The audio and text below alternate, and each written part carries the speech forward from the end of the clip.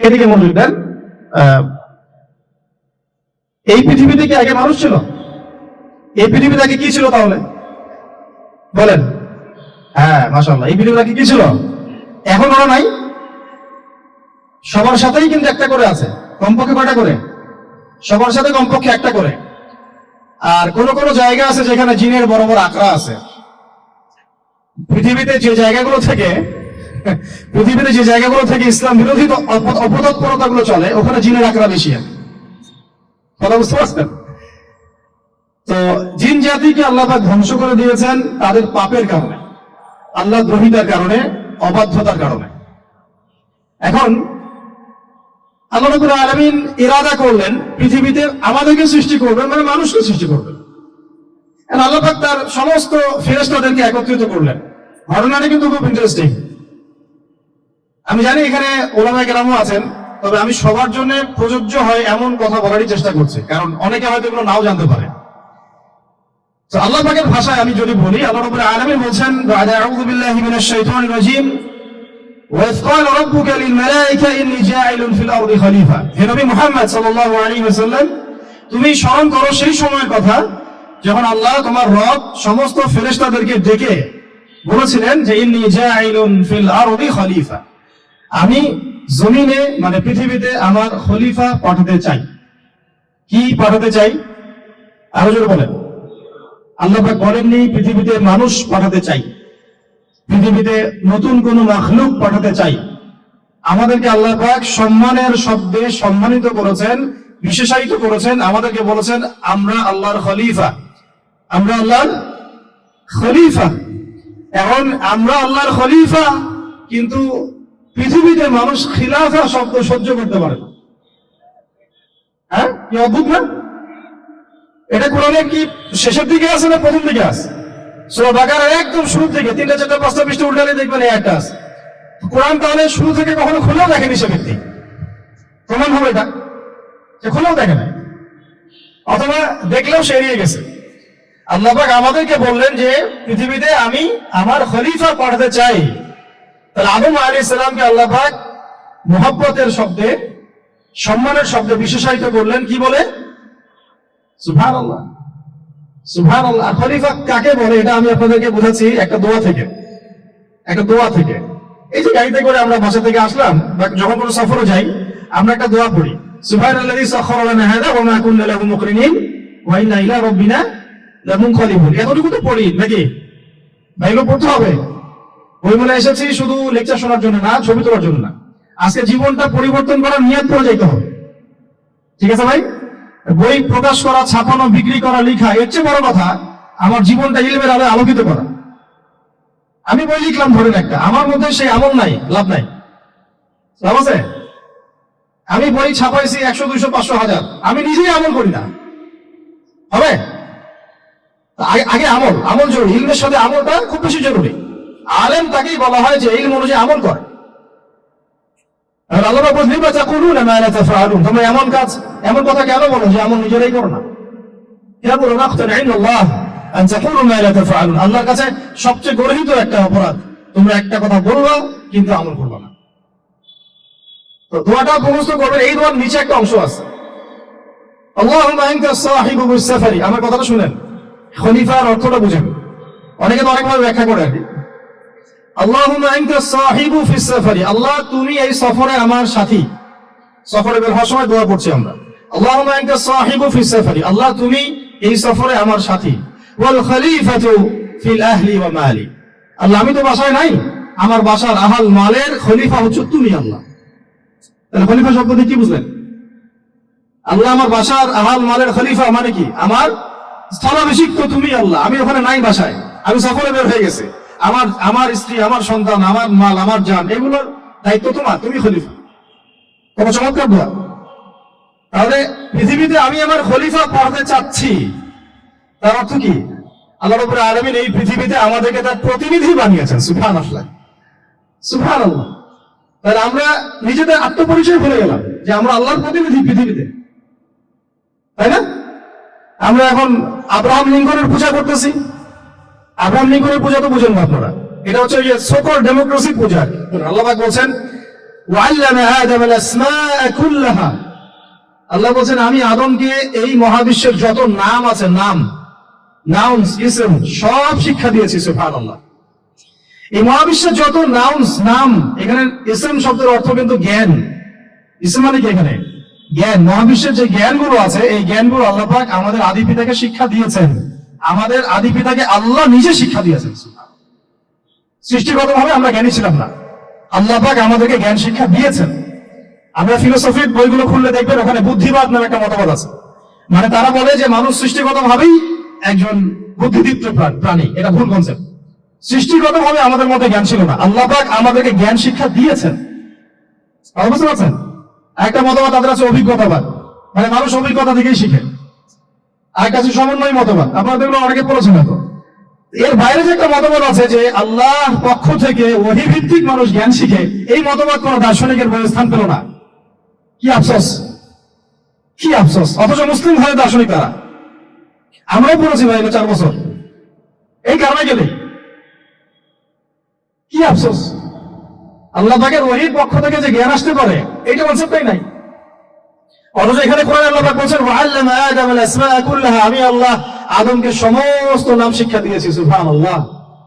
এরপরে এই যে জ্ঞান আদম আলাইহিস সালামকে আল্লাহ পাক শিক্ষা দিলেন, এর ফলশ্রুতিতেই আল্লাহ পাক বললেন যে ওয়াইজ কুল্লা লিল মালায়েকা উসজুদু লি আদম, হে ফেরেশতারা তোমরা এখন আদমকে সিজদা করো। কি ফেরেশতাদেরকে দিয়ে আল্লাহ পাক আমাদের পিতাকে সিজদা করালেন কিসের মানদণ্ডে, কিসের কারণে? জ্ঞানের কারণে। জ্ঞানের কারণে ফেরেশতাদেরকে আল্লাহ পাক বললেন যে এই নামগুলো বলে দাও তো তোমরা। তারা বলতে পারলো না। তারা বলল লা ইলম আল্লাহুম্মা লা ইলমা লানা ইল্লা মা আল্লামতানা, আল্লাহ আমাদের তো সেই জ্ঞান নাই, শুধু ওইটুকু জ্ঞান আছে যা আপনি আমাদেরকে শিখিয়েছেন। তখন আল্লাহ পাক বলেছিলেন যে আমি যা জানি তোমরা তা জানো, আমি কি বলি নাই যে আমি আসমান জমিনের গায়েবের সব খবর জানি? তখন আল্লাহ বললেন যে তোমরা সবাই সিজদা করো আদমকে। তাহলে আমাদের পিতাকে খলিফা করা হলো, জ্ঞান শেখানো হলো, আল্লাহ পাক নিজে শেখালেন, ফেরেশতার মণ্ডলীদের দিয়ে সিজদা পর্যন্ত করালেন কিসের মানদণ্ডে? আরো আসতে বলেন, জ্ঞানের মানদণ্ডে। এখন যদি আমরা একটু প্রশ্ন ছুড়ে দেই নিজ নিজ বিবেকে, আমরা কি সেই ওহীর 10টা সূরা শিখেছি? 10টা পারা কি পড়া হয়েছে কখনো? 10টা সূরারও কি অর্থ জানি? অনেকে তো 10টা আয়াতের অর্থ জানি না। আমরা কি সেই ওহীর 10টা হাদিস শিখেছি? তাহলে আমরা কোথায় সম্মান খুঁজতেছি? পশ্চিমাদের কাছে? বলেন। সত্যি সবচেয়ে আফসোস লাগে আমার একটা জিনিস, যে মুসলিমরা আমরা এখন আমাদের আত্মপরিচয় ভুলে যাচ্ছি, আর আল্লাহ পাক আমাদেরকে যেখানে সম্মান রেখেছে ওইখানে সম্মান না খুঁজে আমরা অন্যের দাসত্বের সম্মান খুঁজতেছি। আল্লাহ আমাদেরকে বোঝার তৌফিক দান করেন। এটা অজ্ঞতার কারণে হচ্ছে। আমাদের কাজ তাদেরকে সচেতন করা বা তাদেরকে মেসেজ পৌঁছে দেয়া। আমরা উগ্র পন্থা অবলম্বন করব, আমরা হিকমার সাথে প্রজ্ঞার সাথে মানুষকে বোঝানোর চেষ্টা করব, এগুলো বোঝানোর অংশ। এখন আচ্ছা একটা কথা আপনাদেরকে বলি, একটা কথা আমি মাঝখানে মিস হয়ে গেছে। এই যে আল্লাহ পাক আমাদেরকে খলিফা করে পাঠিয়েছেন, খলিফার কাজ কি? প্রশ্ন না? আমাদের কাজ কি তাহলে? এই কাজটা আল্লাহ পাক আবার ব্যাখ্যা করেছেন সূরা সাদের মধ্যে। কোন সূরায়? সূরা সাদ। সাদ নামে একটা সূরা আছে, সূরা ইয়াসিনের আগে পড়ে পাবেন। তো এখানে আল্লাহ পাক আরো একজন নবীকে তার খলিফা বলেছেন। সেই নবীর নাম দাউদ আলাইহিস সালাম। কি নাম? আর দাউদ আলাইহিস সালাম কিন্তু এই জেরুজালেম থেকে, যেখানে এখন ওই জায়নিস্টরা বোম্বিং করে আর কি, নিরীহ মুসলিমদেরকে হত্যা করে বিগত 70 বছর থেকে, ওই জেরুজালেম থেকে কিন্তু দাউদ আলাইহিস সালাম বিশ্ব শাসন করেছিলেন। তার পরবর্তীতে তার সন্তান সুলাইমান আলাইহিস সালামও কিন্তু ওখান থেকে বিশ্ব শাসন করেছিলেন। আর এখনকার বনু ইসরাইল দাবিদার এই জায়নিস্টরা, তারাও কিন্তু ওই ফিকিরি করছে, ওখান থেকে তারা বিশ্ব শাসন করতে চায়। তারা মনে করে তাদের একজন মাসিহ আসবে, সেই মাসিহ আসলে তারা বিশ্ব শাসন করবে। আমরা সেই মাসিহের নাম জানি মাসিহুদ দাজ্জাল। কি নাম? এই দাজ্জালকে ওরা ওদের সত্য মাসিহ মনে করে, আমরা জানি হচ্ছে মিথ্যা ভণ্ড প্রতারক মাসিহ, অথচ ওরা মনে করে এটা হচ্ছে সত্য মাসিহ। এই জায়গায় তারা ধোঁকা খাচ্ছে। অথচ সত্য মাসিহ হচ্ছে ঈসা আলাইহিস সালাম, যিনি আবার শেষ জামানায় আসবেন এবং তার হাতেই এই মাসিহুদ দাজ্জাল মারা যাবে, এবং তারপরে পুরো বিশ্বে আবার ওই খেলাফা কায়েম হবে, ওই যে খলিফা, ওটা সারা বিশ্বে কায়েম হবে। এই টাউন হলো বাদ যাবে না ইনশাআল্লাহ। এটা মানুষ মানতে চাচ্ছে না, কিন্তু মানুষ না মানলে কি, আল্লাহ পাকের নকশা সব আঁকা আছে কখন কি হবে। কে কে কল্পনা করেছিল যে আজকে আপনারা বসে এখানে দিনের আলোচনা করবেন? হ্যাঁ, কল্পনা করা যায় তো? যে শব্দগুলো আপনারা বলছেন এগুলো বললেই তো নাই গায়ে, এখন বলছেন। কেউ কি কল্পনা করেছিল যে হঠাৎ করে এমন একটা সময় চলে আসতে পারে? কেউ কিন্তু কল্পনা করেনি, আল্লাহ পাকের নকশায় ছিল। এখানে আমাদের একটা আফসোসের কথা, এখানে মাস্টারমাইন্ড আল্লাহ রাব্বুল আলামিন। প্রকৃত মাস্টারমাইন্ড কে? আমরা ক্রেডিট নেওয়ার প্রতিযোগিতায় ব্যস্ত হয়ে আছি এখন, কার কত ক্রেডিট নেওয়া যায়। এখানে এত ক্রেডিট পাওয়ার যোগ্য কেউ না, সমস্ত ক্রেডিট কার? আল্লাহ রাব্বুল আলামিন। এটা আল্লাহর সাথে গাদ্দারি করতে যায় না, তাহলে ভুলে যাও। কারণ আমি বারবার বলেছি আপনাদেরকে, কোরআন থেকে একটা শিক্ষা আমরা শিখেছি, একটা কওম যখন মাজলুম থাকে, দুর্বল মাজলুম জুলুমের শিকার হচ্ছে, আল্লাহ পাক সেই কওমটাকে বাঁচান, কোনো না কোনো একজন ত্রাণকর্তাকে পাঠান, কোনো একটা সূরাতে আল্লাহ পাক সেই কওমকে বাঁচায় দেন। আবার যদি এই নিয়ামতটা পাওয়ার পরে ওই কওম আবার এই জুলুম শুরু করে, আবার আল্লাহ দ্রোহিতা শুরু করে, আল্লাহ পাক তার চেয়ে বড় জালেম চাপাই দিবে। কথা বুঝতে পারছেন? আল্লাহর সাথে গাদ্দারি করতে চাই না, আল্লাহ পাক আমাদেরকে বোঝার তৌফিক দান করেন। খলিফার কাজটা কোথায় পাবেন কোন সময় ভাই বলেন? সূরা সাদে আল্লাহ পাক দাউদ আলাইহিস সালামকে খলিফা সম্বোধন করে বলছেন, ইয়া দাউদ, কি চমৎকার আহ্বান, ইয়া দাউদ, হে দাউদ, ইন্না জাআলনাকা খলিফাতান ফিল আরদ, দেখো আমি আল্লাহ তোমাকে পৃথিবীতে খলিফা করেছি। কি করেছি? খলিফা করেছি। তোমার কাজ কি শোনো, ফাহকুম বাইনান নাস বিল হক, বোঝার চেষ্টা করেন একজন খলিফার কাজ কি। খলিফা মানে আল্লাহর প্রতিনিধি, জমিনে যে দায়িত্বশীল, অন্য মানুষের উপরে যে দায়িত্বশীল, তার কাজ ফাহকুম বাইনান নাস বিল হক, মানুষের মাঝে ন্যায় বিচার প্রতিষ্ঠা করবে, এটা তোমার কাজ। তাহলে এখন যারা আমরা এই জায়গায় আছি বা ভবিষ্যতে আসবো, আরো কাল আগাতে থাকবে, সময় আগাতে থাকবে, নতুন নতুন নেতৃত্ব আসবে, সবার ফাংশন একটাই, ফাহকুম বাইনান নাস বিল হক। আমাদের কাজ হবে মানুষের মাঝখানে কি করা?